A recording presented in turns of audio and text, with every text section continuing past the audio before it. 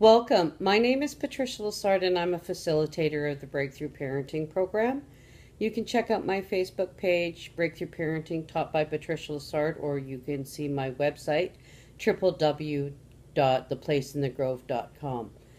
This is the second part of lesson 2, and I'm going to talk about moving back to center and getting ourselves centered. In the first part, we talked about understanding the source of the behavior, how our needs, thoughts, and feelings affect our behavior, and we used an example of an iceberg.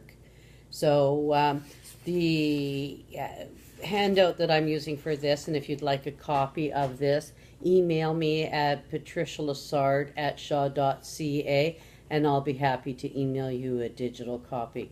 I like my parents to have a copy of this on their mirrors in their bathroom, on the refrigerator, wherever they can come in contact on a regular basis. What this is this helps them have access to increase their feeling words vocabulary. And this also reinforces that there's two primary emotions, and all the other emotions are secondary emotions that stem from the love and the fear. So all these words in this center are secondary emotions coming from love, and in the black area is from the fear. So an example is furious, unhappy, anxious, and in the love state is excited, secure, feeling cared for, hopeful. So this is the words that I want you to learn and increase and incorporate into your vocabulary so that you can teach these to your children. Now, when we're talking about moving back to center, this is where we primarily want to be. This is where we can have effective communication. This is where we're balanced and we're centered. And when we go when we're off balance, then we move into this fear state. Now, when people, our partners, our children, when they move into this fear state, it's our responsibility to help them move back to center. Now, we need to be careful of how we do that. We don't want to push or rush people, because it does take a while to process intense emotions. And we do have a tendency as people, as parents, to want to fix the situation rather quickly and rush the situation. So we want to develop the skills to help people move back to center. And we also want to develop the skills to help ourselves get back to center. We want to start identifying when we've moved into the fear state, when we start feeling anxious and we start feeling uncomfortable, when we start feeling any of these emotions, realize we're in a fear state and we're not capable of our best communications. And what we're going to cover throughout some of the other lessons is how to get back to center. So also what I want to talk about is many people talk about the law of attraction. We do attract what we project. So you think about the people that you know. There's some people that are very happy, they're very positive, and people want to be around them, and they feel it makes you feel happy to be around them. Or there are people that are negative and critical, and we want to avoid them. So we want to think about what we are projecting. We all have our own emotional energy that we're projecting, and I like to think of it like we have this personal space around us, and I like to use the analogy of like a magnet. A magnet has two ends.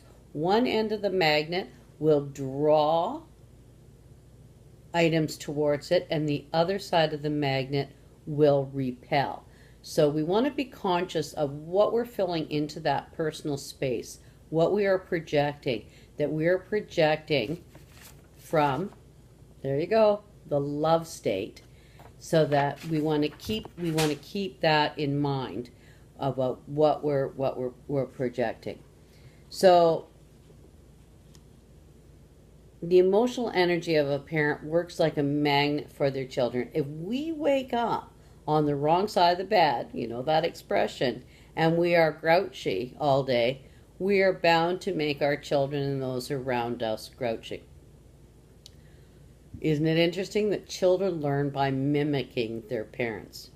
So if we project positive and loving energy from a calm center, our children are going to learn to be more positive and more loving and more centered, so they're going to be able to think better, because when you think about it, when you move into the fear state, our body moves into the fight or flight response. So we literally become less intelligent. The blood comes out of our extremities, out of our brain and that, and moves into our large muscles, so that we are in a position that we have the strength to fight or to run away. So we want to think about that as we try to keep ourselves centered and calm, so that we can help teach our children to be centered and calm. And unfortunately, it's easier for our children to learn that type of behavior when we model it for them. So remember, we want to project positive and loving energy from our calm center. Most parents don't realize that they are the ones that set the emotional climate in which their children are going to feel safe to grow. So when we are in disharmony, we are more likely to be unbalanced, unstable, and reactive. And this creates a state of fear in our home, and an edginess develops. So we react to our lack of balance by feeling unsafe. So remember, we all want to experience more love than fear. Love is open and receptive. Fear is closed and constricted. Parents need to understand the deep implication this has on parenting their children, because if you're loving and open and receptive, then it creates an environment where children are going to feel more comfortable to approach you and talk to you and share their innermost thoughts and feelings. Whereas if you're more closed off and operating from a fear state, then it makes it less easy for our children to approach us. Interestingly enough, love and fear are linked to our nervous systems. So we respond to a myriad of signals from our environment, mostly in an unconscious and automatic level. So think about it, and just close your eyes and like rub your arm and see how that feels. And then give it a little tap. And this is your nervous system responding to those sensations. Now remember, human beings need to give and receive love. Parents must understand this in order to meet the needs of their children. Love is the single most ignored need of human beings. And people who are not loved find it more difficult to be happy, comfortable, and have a peace of mind. Thank you, and I look forward to you joining me for part 3 of lesson 2. Thank you.